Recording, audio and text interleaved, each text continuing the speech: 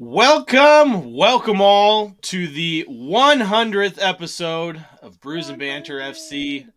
I'm Redbeard, along with my co-host and birthday boy, Targo, as we celebrate this momentous occasion, as well as St. Totteringham's Day. Woohoo! That's not all. As we cover all that happened in the Premier League, coaches staying, coaches leaving, undefeated seasons, more teams crowned champions, all topped with a sprinkle of an EPL relegation best 11. This is an all-new episode of Brews and Banter FC, and it starts right now.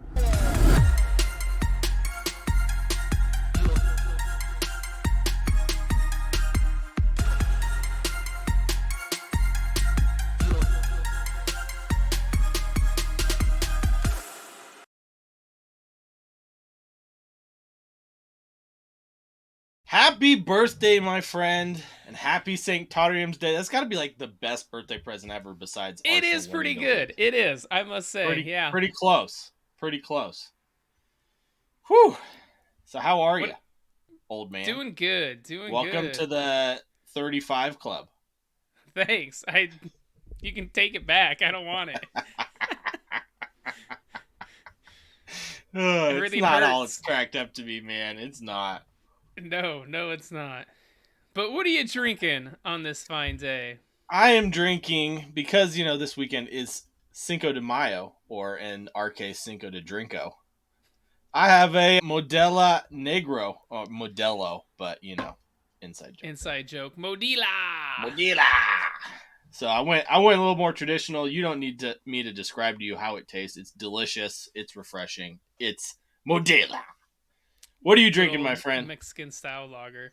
I'm drinking Multiplayer Guild Collab India Pale Ale. It's a collab from Lumberbeard Brewing, Humble Abode, your favorite, and Perry Street Brewing. Yeah, for my neck of the woods. Pretty cool can there, like little arcade characters, like He-Man or.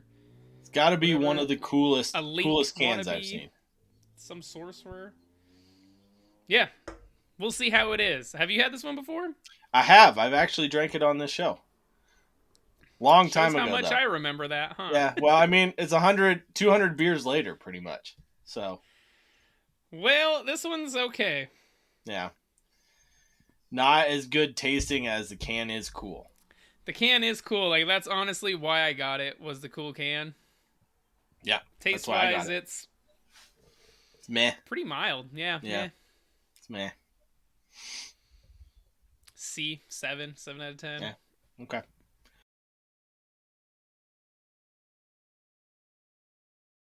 All right. Well, on that note, here's a word from our sponsors.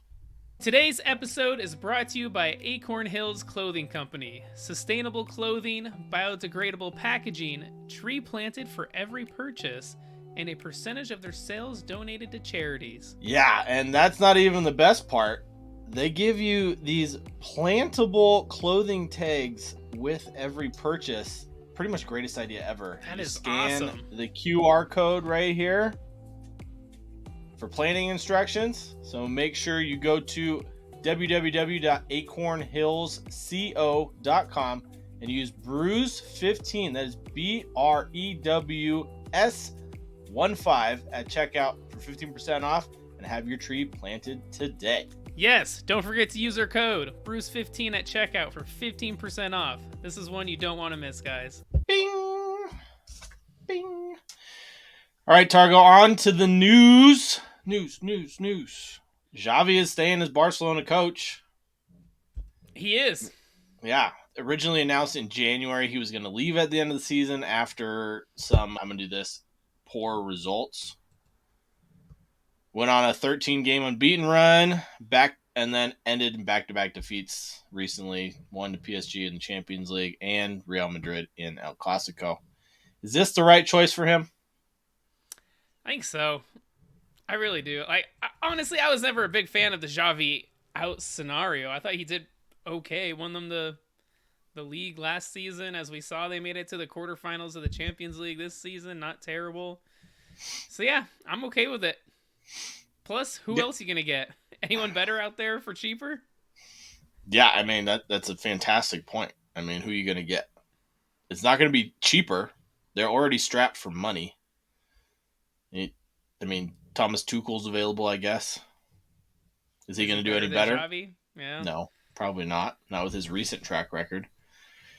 I I think this whole entire scenario was just Barcelona's fans having too short of a memory. It's probably the hardest job in the whole entire world, besides maybe Real Madrid, Barcelona. You just get attacked from every angle, no matter what you do. Nothing's good enough unless you win everything. So I don't think it was fair either. I mean, you probably see it in one of our prior episodes. I guess it's up there somewhere. Yeah. On our YouTube. Yeah. Well, make sure to follow us on YouTube, like and subscribe. Make sure you're hitting that Oh, plug. notification bell. And don't forget to check out Plug the Redbubble. Get the and merch. check out the Redbubble. Link in the description down below. Yeah. As we point to our logo, yes, but like you said, who would they get, man? Rafa Marquez coming up from the youth, probably not any better. Hansi Flick Nope. didn't do very good with Germany. Nope. Roberto De Zerbi, I would say his reputation's probably taking a hit here the way Brighton's been performing. Yeah, I don't see any of these guys being able to take as high profile of a job as Barcelona. Rafa Marquez maybe, but he has no track record. Roberto De Zerbi, Really, neither I did don't Xavi think though. so. I mean, Yeah, but he's not done a bad job. So what am I I talking? would say the safest bet for Barcelona, I would give him a couple more years, honestly. He's a young coach. Let him build something. He's been hampered by whatever their financial situation is. It changes minute by minute. I don't know what it is right now. I assume they're going to have to sell a bunch of players in the summer anyway, so If before they they want can to, buy anybody. yeah, exactly. You know what I think? Players. I got a theory here. Okay. Actually, it's not an original theory. I can't take credit. I heard it somewhere. But it's the reason they're keeping Xavi for one more year or till the end of this season is I bet you they go after Mr. Jurgen Klopp. I Maybe in a I year's time. I Let Klopp don't take a year off and think then maybe come you're after him. yeah. I think you're onto something there. I personally think Jurgen Klopp's probably waiting for the Germany job because that's the only thing he has left to really conquer. But yeah, I mean, it would be. He hasn't conquered La Liga. He hasn't conquered Real Madrid. I'm saying in His his mind, Liverpool team lost to Real Madrid in finals, man. but he's won the Champions Twice. League. He's won the Premier League. He's won the Bundesliga. Yes, I guess he could win La Liga, but Conquer I, Real Madrid. That's what I'm saying. that's fair. What do you guys think? Let us know down in the comments. Is Jurgen Klopp the perfect fit for Barcelona? Is he going to be their manager in a year? I guess 12 months time from now, About yeah. maybe a little bit, That what 13 my guess months. would be. Yeah. We'll see. I think you're onto something. But speaking of Liverpool, my friend, looks like Arne Slot is to take over as Liverpool boss after Jurgen Klopp leaves. Yes, And we both Feyenoord know, manager. yeah, he's the Feyenoord coach. He's confirmed in multiple press conferences that he wants to leave. I don't know why. Won the Eredivisie last season with Feyenoord to play a similar style of football. Is this a good appointment for Liverpool? This one's a tough one because I mean my honest answer is gonna be we'll see, maybe. Again, this it's a big step up, going from the Eredivisie to the Premier League. So there's gonna be big differences. We'll see if he can handle it. Yeah, This I mean the it's a track big record step, of man. Big step up. yeah, I mean you got a point. The track record of coaches going from the Eredivisie to the Premier League. I mean, let's look at the most recent one, Ten Hag. Eric Ten Hag. It's not great, but I mean they're looking for a young up and coming coach, similar style of football. Feyenoord do play very exciting football, and they're very good going forward. So yeah, I mean the easy route is to say we'll see. I'm not too sure because he's going from a club of Feyenoord stature to Liverpool, which is like It's a way big up jump. here, It is a big jump up. You're not massive jump. wrong. Not to mention the pressure of the English media. So I don't know. But the problem is there's not like who else are you going to get? There's not many great coaches out there. that play a similar style of football. Or just great coaches out there in general. Exactly. It's a small short list, man. I'm That's sure they for were sure. looking at Deserby, but like what you said, his recent track record has been atrocious, to say the least. So I think probably that kind of they were like, nah, I don't want him. So yeah, we'll see I how it pans out. So I guess if you're gonna make force me to not say we'll see, I think it's not gonna be good. I do No, think he has a good core group of players there. You know, your Van Dykes, Mo Salah's looking like he's gonna stay, even though he has a Saudi Arabia interest. He's got that brand new midfield with McAllister and Sabozalai and all those players. But again, we've seen it in the past. The manager that follows a great, you think of Alex Ferguson, Arsene Wenger. The managers that followed did not do the best and usually didn't last very long. exactly. So I had a question for you, and I'm gonna make you think about it. So it's Ooh. okay if you take a second. Okay, let me take a sip here. Get some All right. thinking I juices will in me. I will ask it while you're getting your thinking juices. How long does he stay as the manager of Liverpool?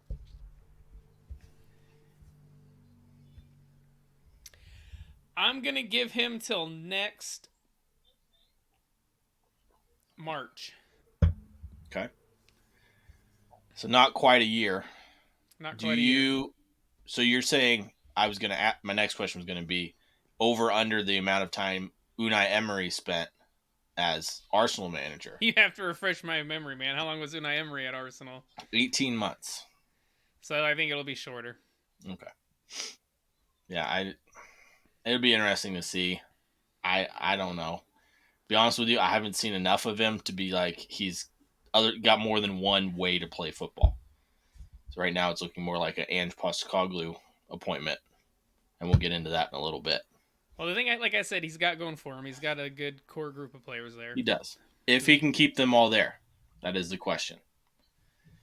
All right. Speaking of a good core of players, Bayer Leverkusen stayed undefeated after drawing Stuttgart 2-2. Oh, Another last gasp goal for Leverkusen to give them a draw. Man, was this like the 97th minute? it was, and there was like 96 minutes of stoppage time. It was after stoppage time. There was a foul and a free kick went in. Man, ball bounces around the box. I think it was Heinrich puts it in. I couldn't believe it. Stuttgart played so well. They could They have had did. another 2 or 3 goals, honestly. I think Bayer Just Leverkusen go undefeated, man. I think this was a game for them to slip up. They didn't. just They're seems going like fate, doesn't invincible. it? They're Just seems going like fate. invincible. It's crazy. Go from relegation to invincible in a season and a half. That's insane.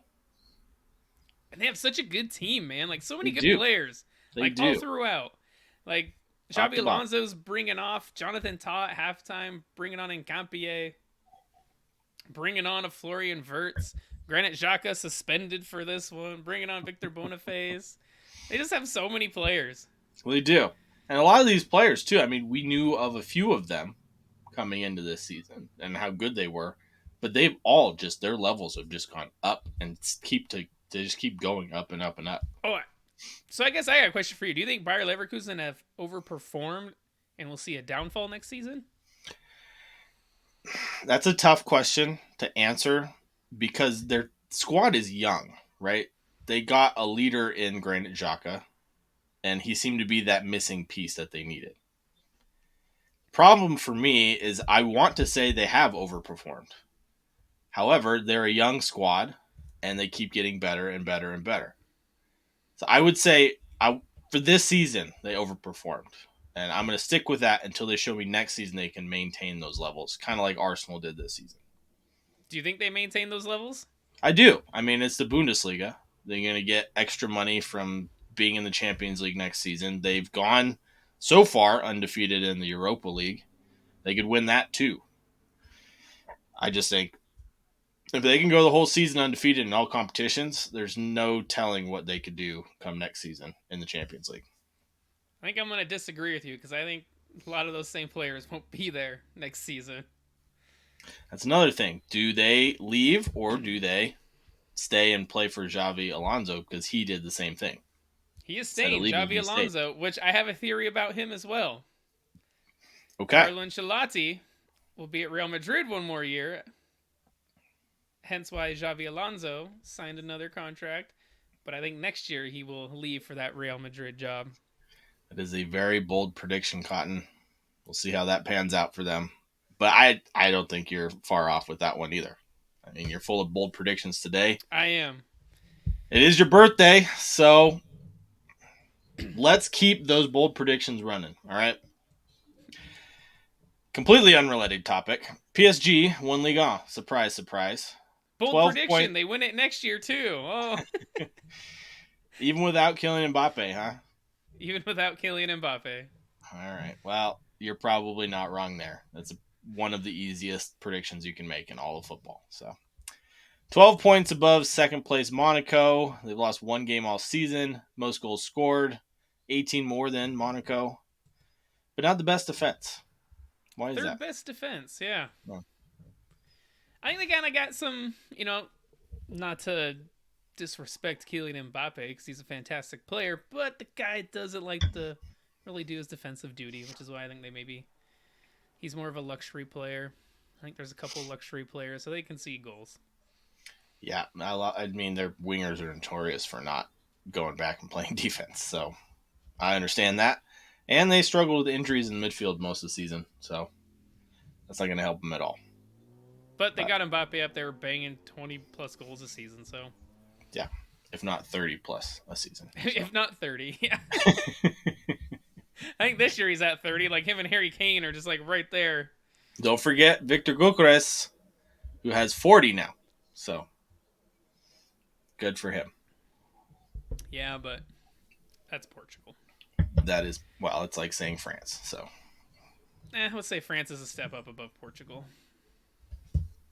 I think they're about the same. You think they're the same? Okay, well, give me your leagues in order then. At least your top 5. Okay, well, Premier League's number 1. Okay. I think the Bundesliga is number 2. Serie A is number 3. And this is where it gets hard. Sorry, I forgot one. Yeah, La Liga is number 2. Okay. Putting me on the spot here. I'm forgetting things already. So, Premier League, La Liga, Bundesliga, Serie A. This one's tough, man. It's tough. I'm gonna go a draw between Portugal. Can't do a draw. And you got to give me one. You could say the Netherlands. No, I don't think that's true either. All right, I'll go for right now. I'm gonna go Ligue only because Kylian Mbappe is there. When he leaves, we'll have this discussion later. It'll be Liga Portugal, huh? Right? Who knows, man? I don't know. The top 5 in the world. I just did Europe.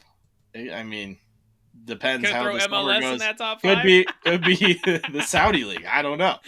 Depending on what they do this summer. Who knows? But MLS, maybe. I don't think so. It's just pretty much Messi and then everybody else. So, Well, let's talk about that number 1 league of yours, the Premier League. We had the big North London derby, man.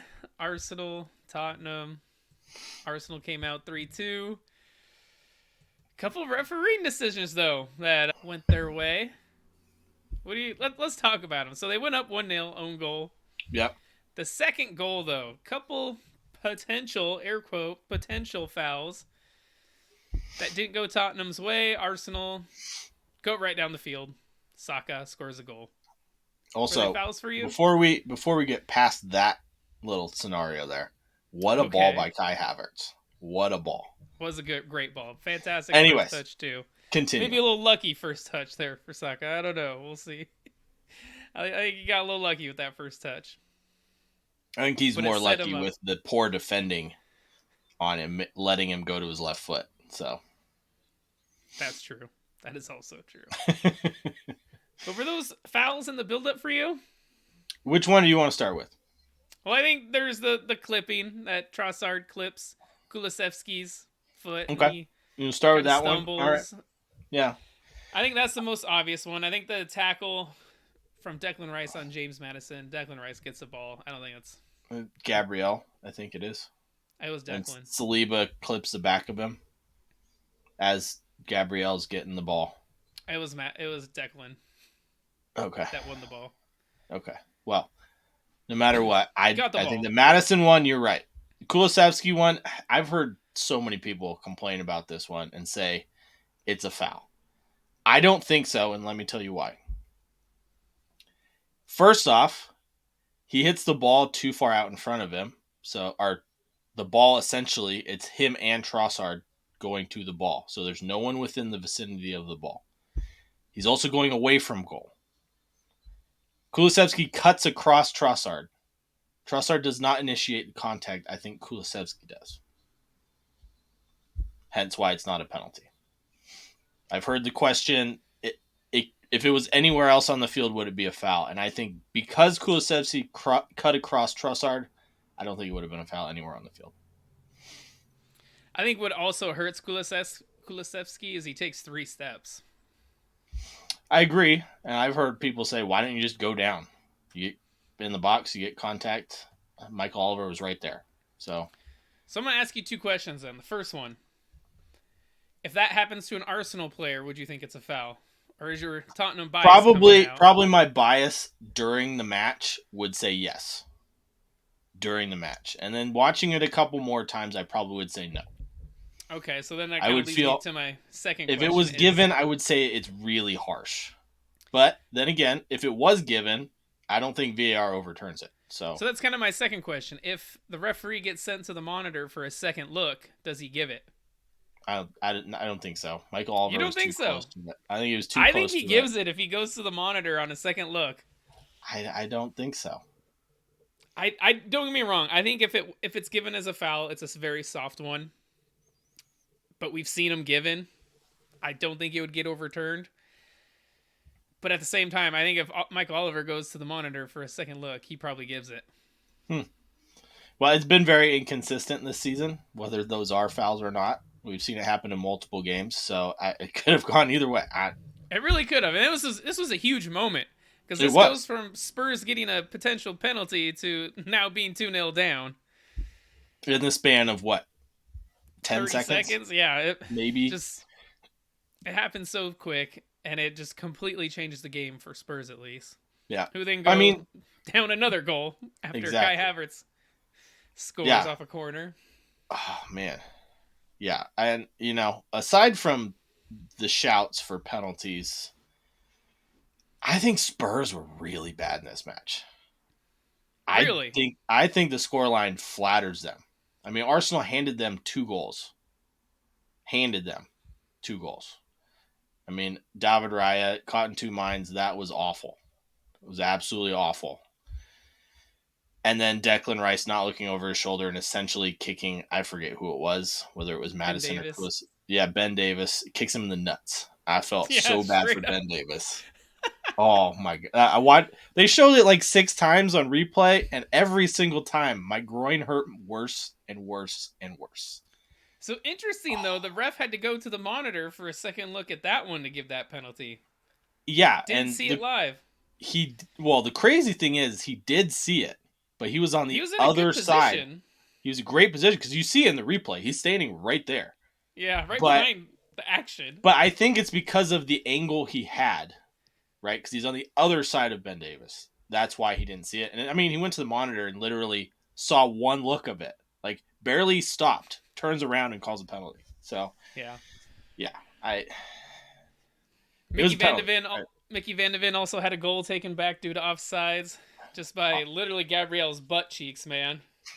Like he sucked him in to get him offside. Really though, he did a little butt clench and whoop, put him offside. Right when the ball was kicked. Yeah. So you're I don't know if it's because he thought Van der Ven was offsides or because he thought he was onside, so his butt clenched. So I disagree with you. I think Tottenham played well. They controlled the game for the most part. Like going in at halftime, I was like, how is this 3-0? How have they? I mean, it's set pieces. That's why it was 3-0. They conceded on a couple corners. But honestly, they controlled the game, had the possession. They just couldn't do anything with the ball. And that's why I say they didn't play well, because Arsenal were happy to just sit there and say, hey, score on us. And And that if was it it. wasn't for two Arteta came out with mistakes, a different match plan for this game yeah, and instead of going in that all out attack. if it wasn't for the two mistakes, I don't think Spurs score in this game at all. Because what did they create in this match shot wise? I know there was the Romero header that hit the bar. And that was it. James Madison was non-existent in this match. That's why he got subbed off. Yeah, He was non-existent. Romero was their biggest threat. yeah. Mickey Vanderven got a goal, right? He was the one that Yeah, he kicked it scored to. the offside. No, Romero scored the one. Okay, well, yeah. Then there you go. Romero was their only threat. But yeah, I don't. I think if Arsenal didn't give them 2 goals, I think Arsenal probably scores more. To be honest with you, I mean Spurs were. That was the worst I've ever seen a team defend set play. Like the whole match, every single time Arsenal got a set piece, you're like, they're gonna score. Well, in the first half, we saw Ben White just having his way with Oh, Vicario. the dark arts of Ben White, man. That was the most fun I've ever had watching a player mess with a goalie. Trying to take That his glove off. That that was was hilarious. brilliant.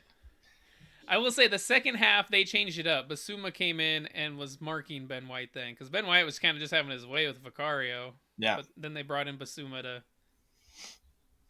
try to contain Ben White.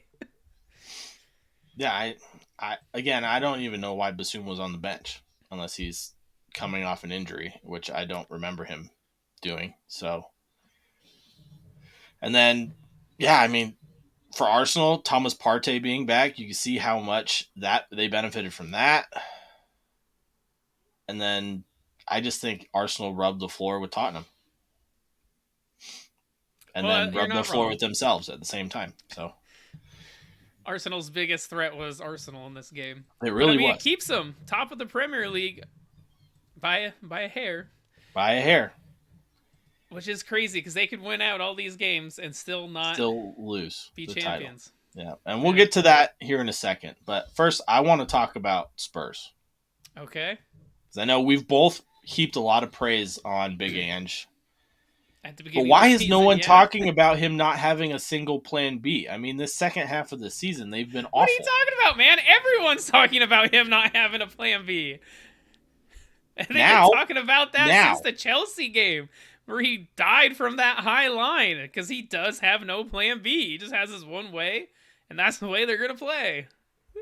Everyone's Yeah. talking about it, man. We've been talking about it for months. Sorry, why is nobody talking about it more? Because in the Premier League, you got a Luton who is, high press, high attack, not great in defense. And then you play a Everton who's going to sit back on you the whole time. And you'll play a Brighton who's going to fly at you at all times during a match. And then you have Chelsea who knows what they're going to do match to match. Same with Man United.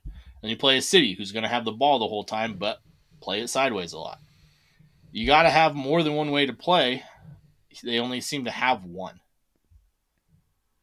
Yeah, we know. Duh. Okay. You new to Well, watching Tottenham, man? I mean, no. it's been this way for. I mean, that's why they died at the sword of Newcastle the week before. Newcastle put like 4 by them. I guess what I'm trying to ask is, do we give too much credit to this Spurs side and Ange Postecoglou? When have we been giving credit to the Spurs side since January? Have we given any credit to them? Well, I mean, you picked them to finish in the top 4 I did. above Villa. It looks like it's pretty much not going to happen at this point. Yeah, it's looking slim. I mean, I hope it goes down to the last week of the season so they have something to play for against City, but they lose 2 games and they're out pretty much. And so yeah, they're tough games. They have to go to Anfield. And then on the that weekend. Man City game. But I think they can beat Chelsea. They can beat Burnley. And they can beat Sheffield. So Yeah. I mean, we'll see. I mean, Chelsea rubbed the floor with them last time out.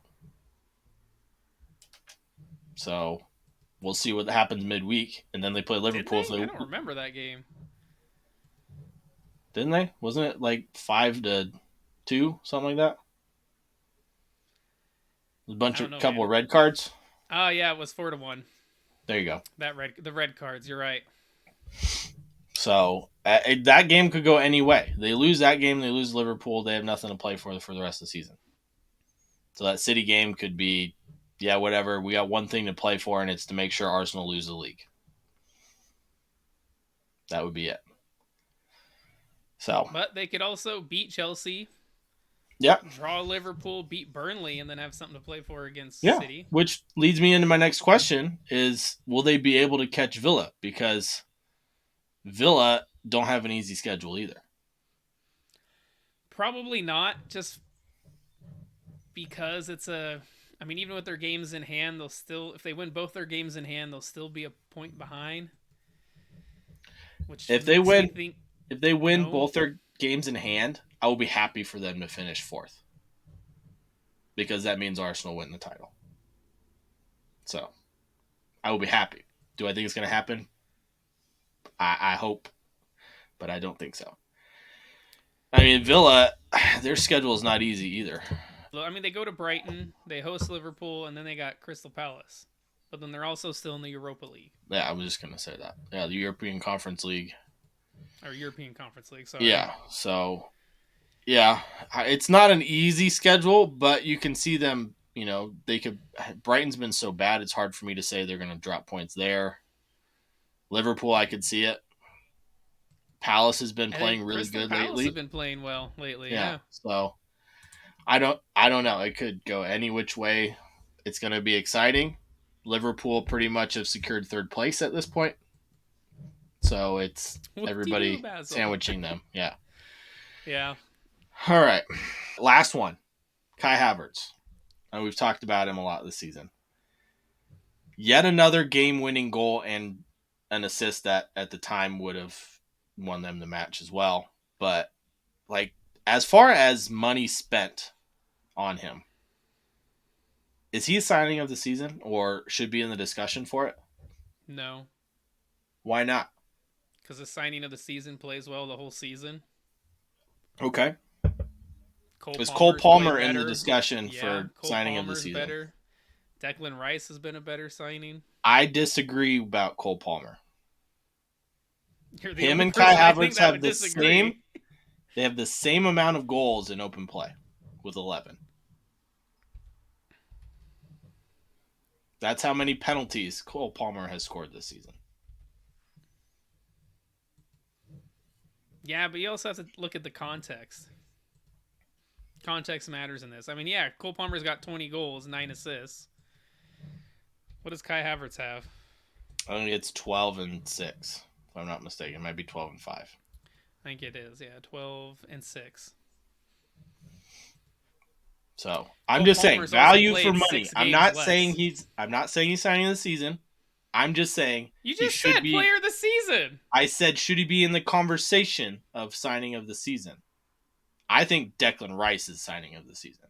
I do not think Kai Havertz or McAllister I would put over Kai Havertz. Value for money, yes, but again, McAllister hasn't performed week in and week out all season. He was also half as much as Kai Havertz cost. Yes, and he was what is that? A third of Declan Rice? But that's how good Declan Rice has been this season for me.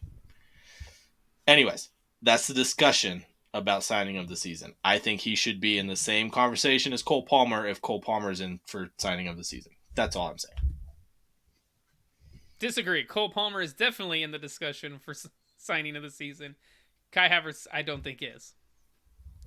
I do not rate penalties as highly as you, apparently. Hell, apparently you haven't taken very many, man. Because they're pressure in some of these big pressure games. Yeah. I've taken a lot. Especially for a young teenager like that. Or I guess he's not a teenager. He's 21, but still very young. In football terms, that's a teenager, essentially. And a lot of them are game winners, too. In the last minutes of some of these games. I'm just saying. Kai Havertz deserves more respect on his name for value of money. Cole Palmer. Again, I don't think he did. I will say he deserves more respect for what he's done lately, but he also didn't do shit from September to January, and I don't think you can disagree with me on that. No, I'm not disagreeing with you, but he also didn't play much. He played a lot. What are you talking about, man? He was starting all these games. You gotta let me finish. He's played 34 games. How has he Gotta not let me played a finish. lot?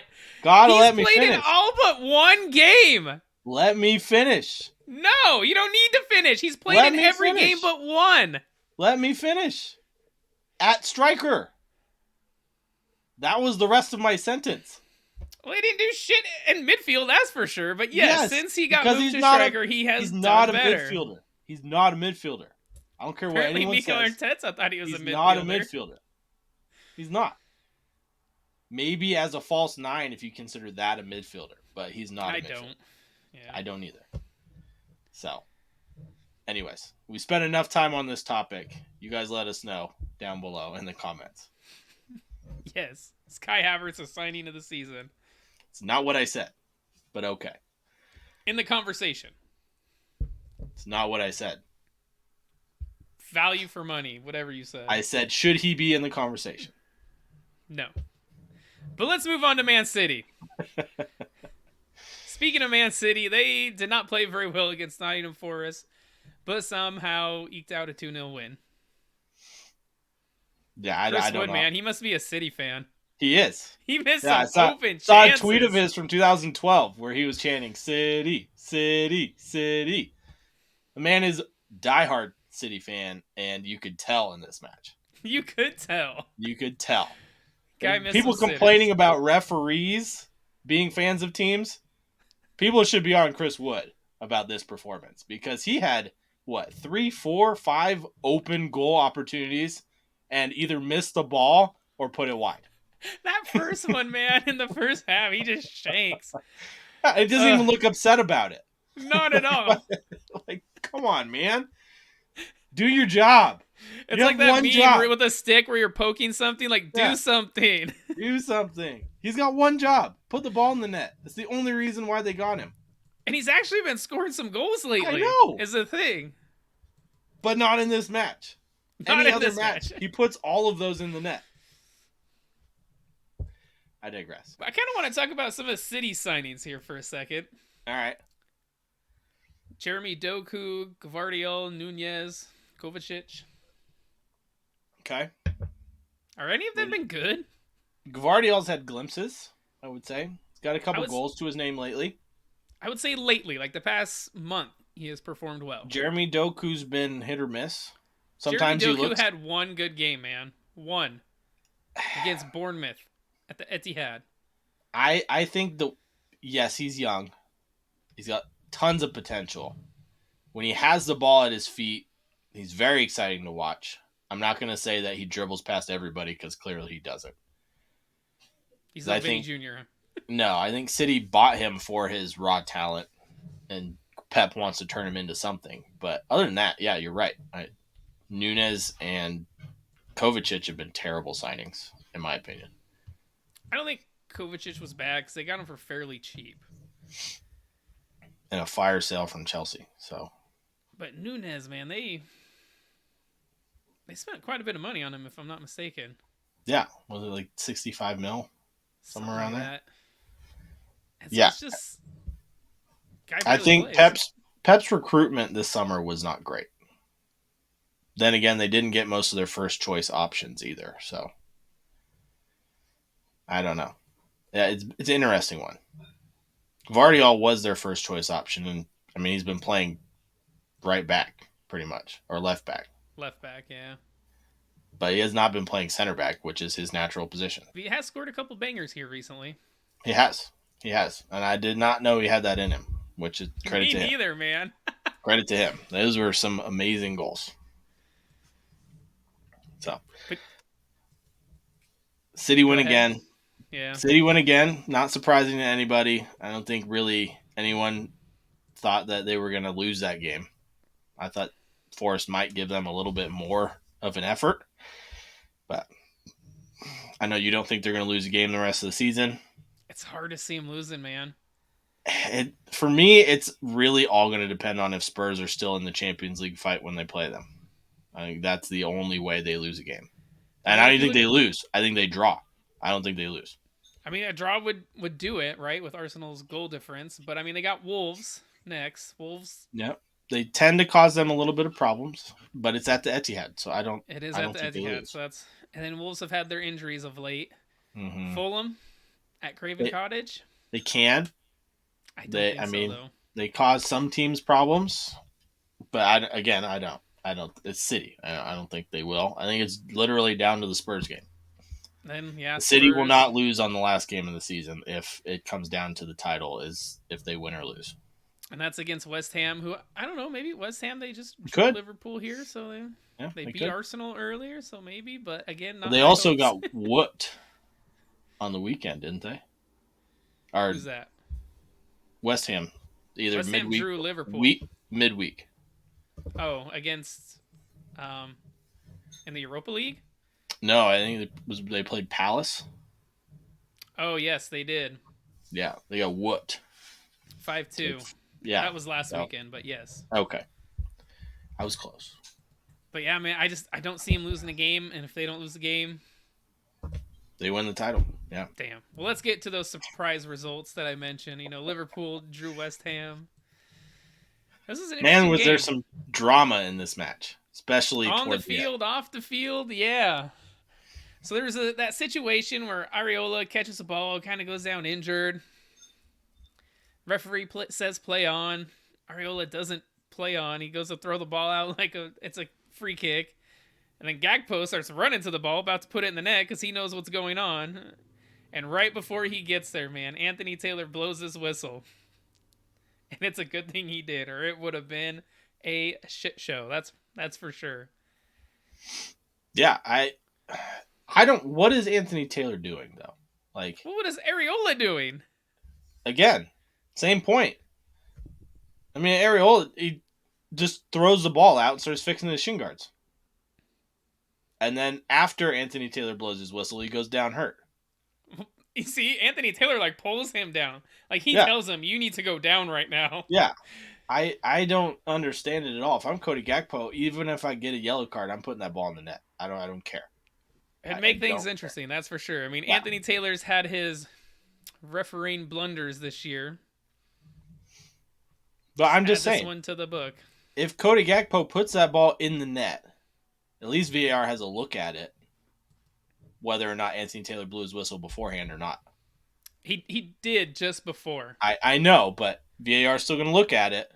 And if VAR says, well, that was a live ball, and Gakpo scores, that's a goal. So I think part of that is on Cody Gakpo for not putting that ball in the net. At least bringing up the discussion that it's a goal. But yeah, that was an odd sequence of events. It was very odd. Yeah. Not one you see very often, right? No.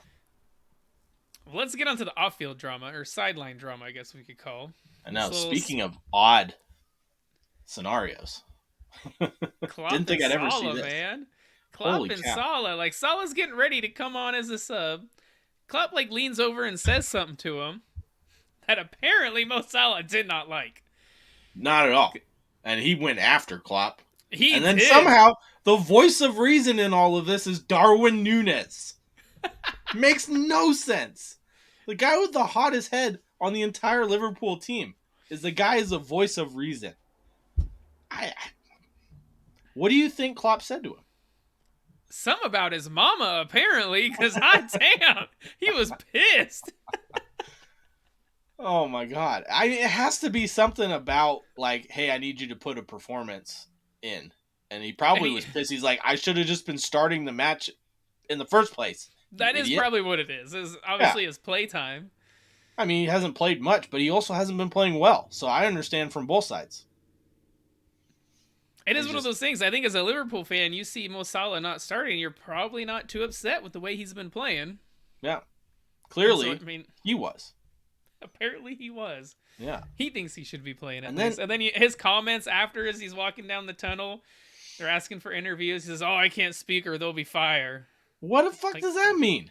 Let me hear this fire, Mo Salah. Come on. Like, come on. We're all waiting for it. Say it. Spit the fire. Say it.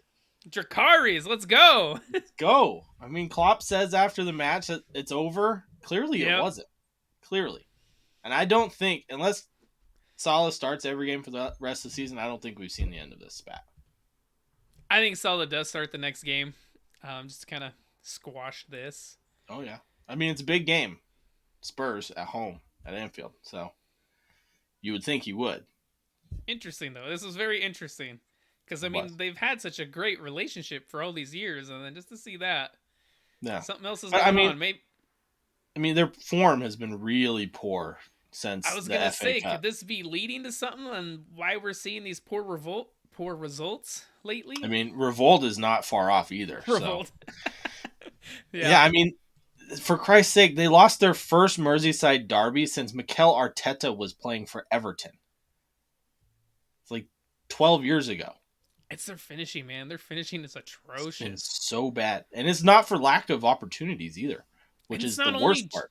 not only Darwin Nunez, but it's like Mo Salah, Diogo Luis Jota missing Diaz. chances. Yeah. Luis Diaz, yeah, man, they're all just missing chances. Like normally, you see a team and they're like a player will have a dip in form. This is like Yeah. they're a whole Their attacking entire attack. line. Yeah. Their And whole the attacking subs. line is having a dip in form.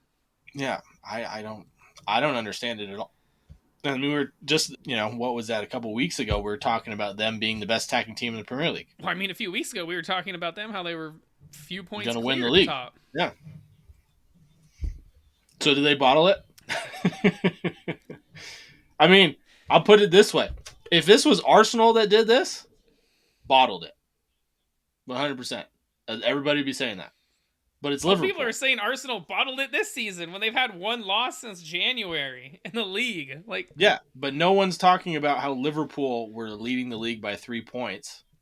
I mean, And at some now point it they're was like 5 points back of Arsenal. And they've one, like you said, one win in their last 5. How is that not bottling it? A team that's experienced enough and has won the title. Unlike Arsenal, who haven't won it in 20 years. With a bunch of kids. Yeah, I don't want to call it bottling it. I hate that term. I hate it too. But they have been playing bad, and their form took a hard dive. At the absolute wrong time. Yes. Yes. Whether this happens if Klopp announces he's leaving or not, I mean, when he announced it, they went on a tear. They did. But now look at them. It's there for everyone saying, to well, see. Shit, I don't got to impress this coach anymore. Yeah, I don't understand it either. Speaking of poor form, let's talk about Manchester United. Is there a worse team in the Premier League right now? Besides Sheffield United? Yeah. I don't know. Forest haven't been in best form. But maybe Brighton? Yeah, I guess so. Points-wise, Brighton, yeah. I mean, United have won the same amount of games in their last 5 as Burnley. They have the same amount of points in their last 5 games as Burnley does. Burnley's been on a bit of a roll here, though. Just saying. This is Manchester United we're talking about, not Burnley. I guess we're was talking also about at both Old of Trafford. We're talking about both of them because they played each other. This was at Old Trafford. They drew 1-1. Your favorite player, Anthony, gets on the score sheet in the 80th minute, only for Onana to come out with a Superman punch. About time you got called for one of those, man. Right? This is literally the same exact thing that happened against Wolves the first game of the season. This is like a third time he's done this. Punches the guy in the back of the head. Like, he wasn't even guy near in the ball. Face, man. This wasn't the back of the head. This was the face. Well, I'm saying the Wolves one was the back of the head. Yeah, this one's Wolves worse. The face. He was like trying to knock him out for no reason. Guy thought he was Chuck Liddell for a second coming out. Right? Bringing back the name Chuck Liddell. Shit. Right? I was trying to think of a UFC fighter. I was like, Iceman. who could I name that everyone Iceman. might know? But yeah, went to Chuck Liddell. Thought about Anderson Silva, George St. Pierre. There's a lot. But no, man, he came out swinging with them big old gloves like Chuck Well, Liddell. It's a great. I'm going to compliment you on your reference, too, because the way his fight style was. It's like fucking like this. It was like that. If you're listening on the podcast, make sure you check out the YouTube so you can see us do the Chuck Liddell fighting stance, because that was pretty hilarious.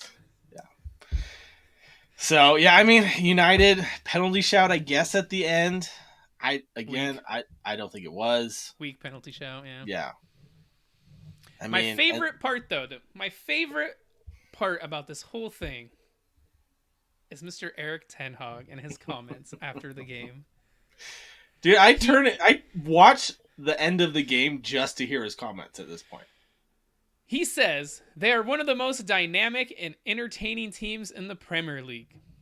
He must I be mean, talking about Burnley because there's no no, fucking way he's talking about Man United, no, right? I Is know he that exactly. delusional? I know exactly what he's talking about, but it's not the reasons that you're thinking. It's Okay, because they they're one of concede the most goals. dynamic teams because they play differently every time you see them. They're one of the most entertaining teams because they either collapse or they play well. Because It's it's like not in watching between. a freaking circus. Is Yeah, that why it's literally. entertaining? Yeah, that's what he's saying. That I I mean, mean, I do think he's delusional, but I also think he's gaslighting the United fans. is there So any way he keeps his job? Anyway, yeah, even if he I wins the do. FA Cup, does he keep I, his job? I do think there is a way he keeps his job, and I think it's because there's no better options out there, There and has to that's be it. someone better than Because this, there's man. so many high profile like jobs out there right now. I don't think that they can get with the team they have and where they're playing right now. I don't think they can get a better coach. I would say Thomas Frank from Brentford over Eric Ten But Hag at if you're this point. Thomas Frank and you're staying up, if It's you can Manchester keep, United, though. I know, but it's the way that Manchester United is right now. I guess It's your if job as the manager to come in and Sir Jim Radcliffe comes in, sure. I mean, there's Graham Potters out there too. He's really good with mid-table clubs, so just I like think United. they gotta change it up. They got I to, do too. man. I mean, let's be completely honest. There's no way. There's no way he's keeping his job. I don't even care if you go for a Graham Potter or a Thomas Frank and go down a level. I don't think he stays. He's Bring in been Thomas awful. Tuchel at this point, man. You literally ask anybody. Part of it too is it's going to cost them a pretty penny to get rid of him. It will. So, But I think it's worth it. What this guy is saying, man, crazy. over my head. Absolutely crazy. Speaking of another coach not doing too well, Mauricio Pochettino.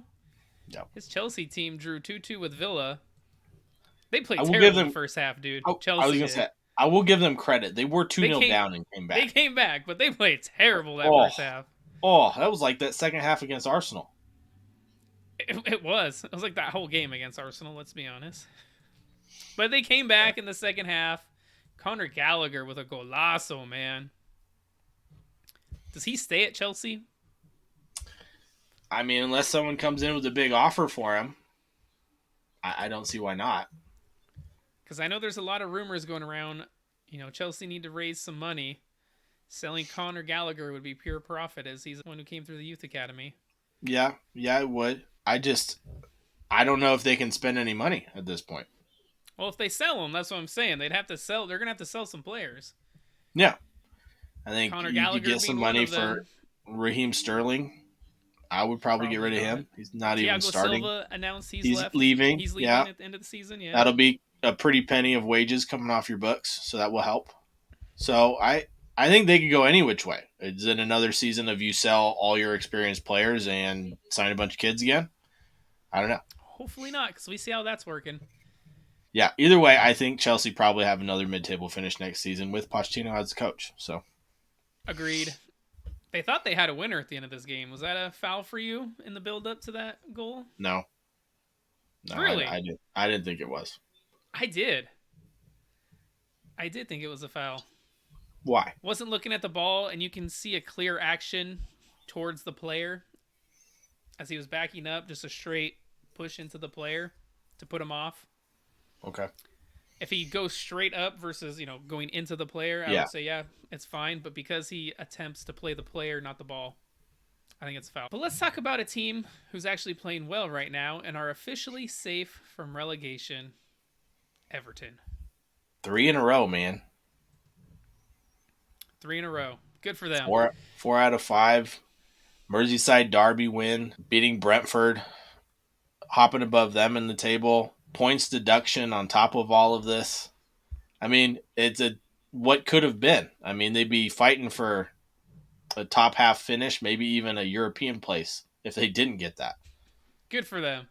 At Yeah. the other end, Sheffield United are officially relegated after their loss to Newcastle, in which they got thrashed. And Leicester City are officially coming back to the Premier League. Good to see them back. Unfortunately for them, because of the profit and sustainability rules, they probably will start with a negative point total to start the season. But they were facing that in the championship if they stay there too. So I think it'll be less harsh with the Premier League dealing with it than the EFL. So, well, we'll see. But now let's get to our relegation combined 11. So this is featuring team players from Sheffield, Burnley, Luton, and Forest, and we must use a player from each team, at least one. They also have to be available for selection right now. Yes, they have to be available for selection, and we're going off current form. Yes. So I'm going in goal, Thomas Kaminski from Luton. My right back, Nico Williams from Forest. Center backs, Willy Bolly and Murillo from Forest. Left back, Alfie Doherty. Doherty. There's no R in that, but you're right. Every time they say it, the announcers, it sounds like there's an R. My midfield consists of Gustavo Hammer, Ross Barkley, and Morgan Gibbs White. Pretty sure that's pretty obvious. My attacking front three are Anthony Alanga, Wilson Odobert, and Carlton Morris. Nice. How about yours? All right. I, in goal, also have Thomas Kaminski. Okay. Been much better than the rest of the goalies there. Right back, I went Issa Kabore from Luton. Center back, Murillo and Teden Mengi, also from Luton. Okay. Yeah. Some left Luton back, defenders. I went with all of Luton's center back three because they only play with back three. So Alfie Doherty as well. Morgan Gibbs White, Gustavo Hammer, and Ross Barkley, the ever-present Ross Barkley this season as my midfield. And then up front, I went with Anthony Alanga, Wilson Odobert, and because I can't choose between the two strikers of Luton, I went with the other one, Elijah Adebayo. Okay. So I will say, for yours, Kabore, when I watch him, I like him, but then I also dislike him. He's very, when he's good, he's really good. But when he's bad, he's really bad. I feel like he's quick, and he's actually really good going forward, but sometimes defending, man, he worries me. Like I said, when he's good, he's really good. When he's bad, his positioning he takes up, I'm like, oh. Yeah. Oh, but, it just worries me sometimes. Every player that's in the relegation zone, most likely not in good form. And sometimes maybe good, sometimes maybe shit. Maybe shit. It could go either way. It really could. But we do have the same midfield. I feel like that is a good midfield choice for the three. I mean, it's pretty straightforward, right? Especially having to pick a player from each team, because we found that difficult with Sheffield. Yeah. Or Burnley. Yeah, Sheffield and Burnley. Yeah, that was tough. Because, some people don't know how to read directions. So, anyways, thank you for joining us for our 100th episode. Targo, happy birthday, my friend. Thank you, sir. As always, this has been wonderful. Thank you all for listening along. Make sure you check us out on Instagram at Brews FC, TikTok, Brews Banter FC. Make sure you are liking, subscribing, hit the notification bell. Check out Acorn Hills. Use the code BREWS25 for 25% off. And make sure you check out Redbubble because we got some pretty sweet merch as Targo just showed you there. Until next time, my friends. Thank you for being here for the first 100. Here's to 100 more. We love you. Cheers. Happy St. Totteringham's Day.